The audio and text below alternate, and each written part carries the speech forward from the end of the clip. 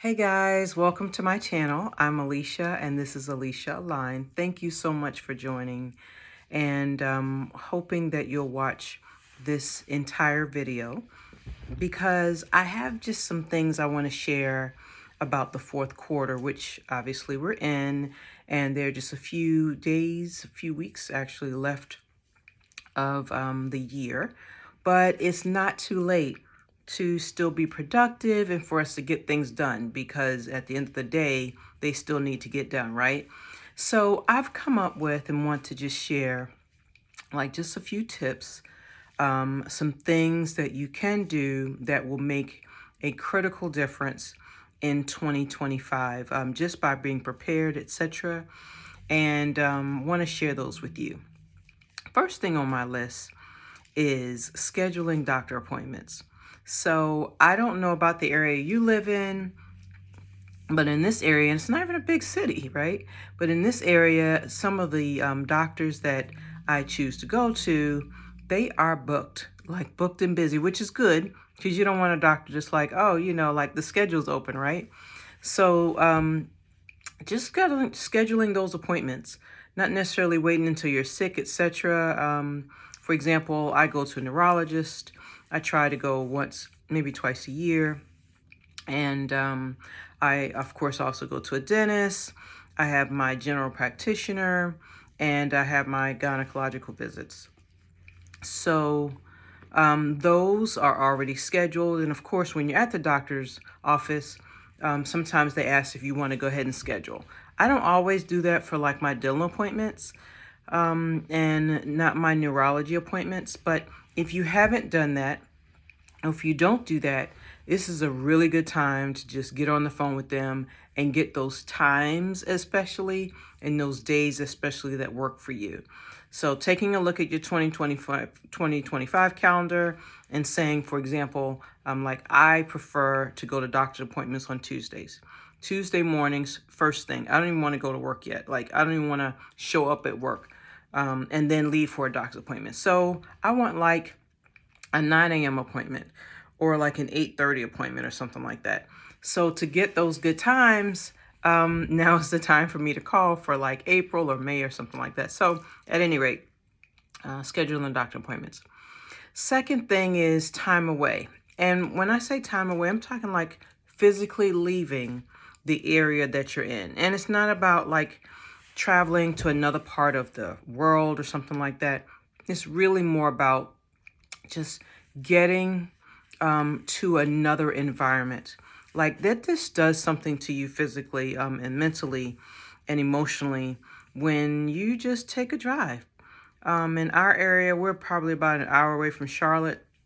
There's something to me about crossing that state line and it just feels different. It's just a different place. It's not like, oh my goodness, like I'm going to go see so many things or tour the area or something like that. It really just is about getting away. So definitely scheduling that. Another thing is making sure that the time that you have off, whether it's for the holidays or for some other event, is scheduled. A lot of times we may take off work or take time away from work or whatever it is that we're doing, right? And we know that we have MLK Jr. Day off or Easter or whatever, 4th of July. But do we have any plans? It just almost seems to be a wasted day, and waste may mean doing nothing. And a productive day does not mean you have to be doing everything. It just may mean that, hey, you know what? From after I drop my daughter off, I'm going to go have breakfast at this particular place. And are they open? And what time do they open? And what do I want to eat? Like just those things. It just really makes a difference because you're not wasting your time. You're still getting the rest in. You're scheduling rest. And you're having a good time on your days off. So, and that just brings me to my other point, and that is me time. And so this isn't anything that's as extravagant or as long as your vacation time, like scheduling that. But it just may mean Okay, so I have a few shopping days that I want to schedule in, or I want to get my nails done. Like, do I need to go ahead and book that? Or what days work best for me to get my nails done? So it's not necessarily like making an appointment, because I'm sure like your nail shops, you don't always have to make an appointment. But it's like what days work best for me. So just being a little more intentional and thinking through what is best for you, what makes the most sense for you, and what will help you get the best life possible. Another item is professional training. So regardless of whether you're a work from home mom, you work outside the home for someone else, or you work for yourself and you're an entrepreneur, or if you're all three, right? Scheduling professional time where you sharpen your saw and you figure out ways to get better, whether it's public speaking, it could be emotional intelligence. I mean, really, like there are just so many things out there now. It's almost scary, because no matter what you want to learn about, or what skill you want to sharpen, what you want to be better at, like there is a TED Talk, there is a YouTube video, there is something out there for you. And that may also mean not necessarily like videos, but it may mean like there's a conference coming up. Or I know John Maxwell has made several trips to this area. He comes like every February, March timeframe. And so I'm already like, okay, so that's one of the things I'm going to do like professionally, right? And I also am very interested in Six Sigma and just all the things lean.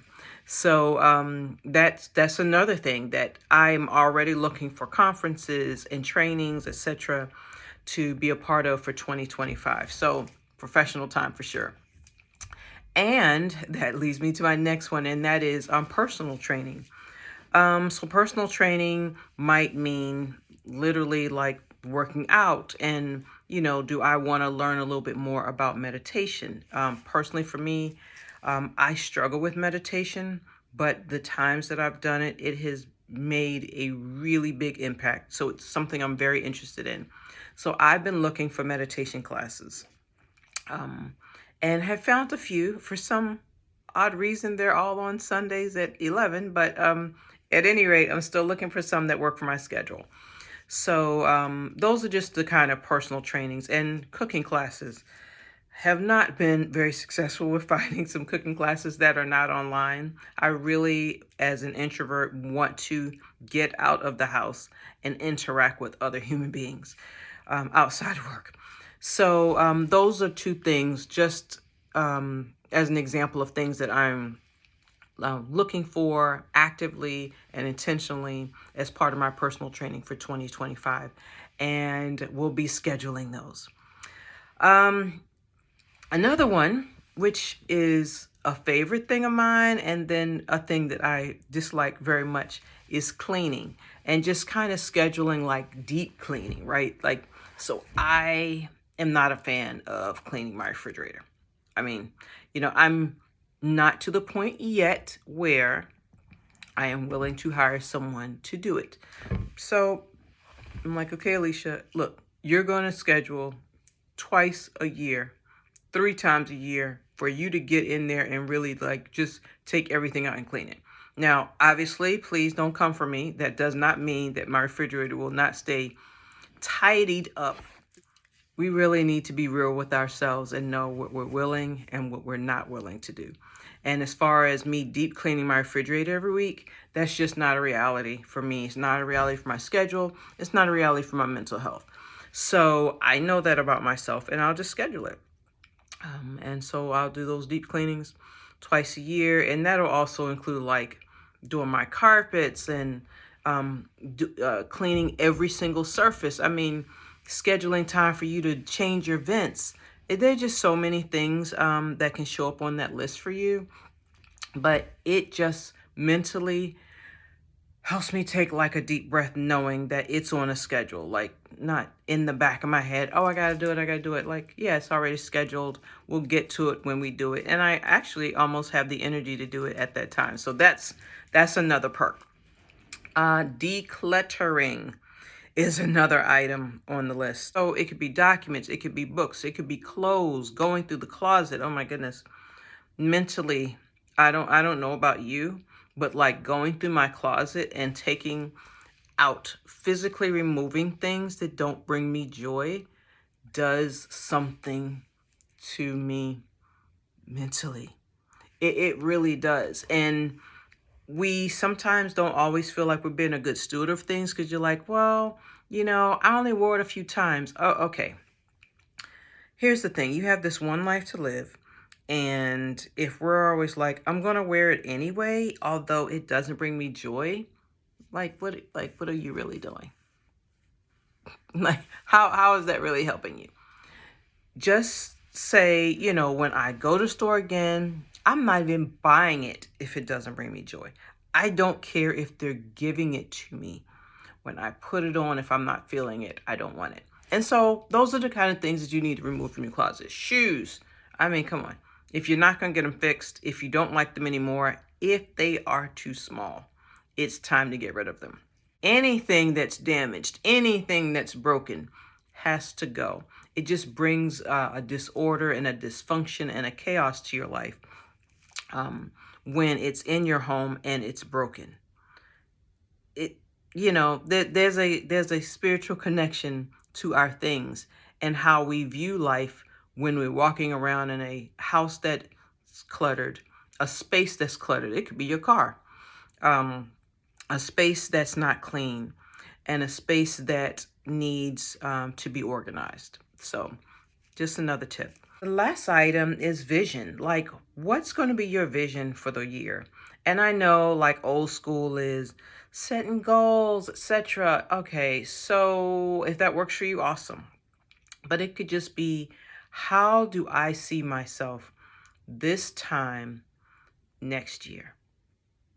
Is my skin going to be cleared up? Am I going to be 5 pounds lighter? Am I going to make more money? Am I not going to be as angry? Am I going to be more forgiving? Whatever that is, like, write it down. It's just as an example. It's December 20th, 2025. I woke up this morning and I'm feeling great. I get on the scale and I weigh 125 pounds. I get dressed, I check my blood pressure, it's way down. I'm loving the fact that it's consistent. So those kind of scriptings, it's crazy. Like, just saying it out loud, let alone writing it down, just makes such a big difference. So go ahead and write it. Go ahead and write it, and be crazy and be a little delulu when you do it. So, okay. And, it's not like you're going to publish it, and maybe you will publish it. At the end of the day, at some point in your life, you just have to start making some decisions for yourself. So, giving you multiple tips. And, when you look at that 12-month calendar and you put those doctor appointments, the holidays, the personal training, professional training, the time away, the meetings, and even your vision down, like, the year feels full, but not in a chaotic, not in a stressful way. It feels like it's a year that's going to have meaning and intention. And it just makes such a bigger difference than just writing down like 10 things I want to do for the year. You're like planning them and being a lot more intentional. I know I'm using that word a lot, and being a lot more intentional about it. I hope that even one of these tips have resonated with you. And if you have something that you'd want to share with me, please put it in the comments, or you want to share with others, please put in the comments. And also let me know which of these tips resonated with you. Thank you so much for joining, and it was my pleasure. And again, I hope that you've gotten something from this, and that you'll consider joining this community. Until next time, take care.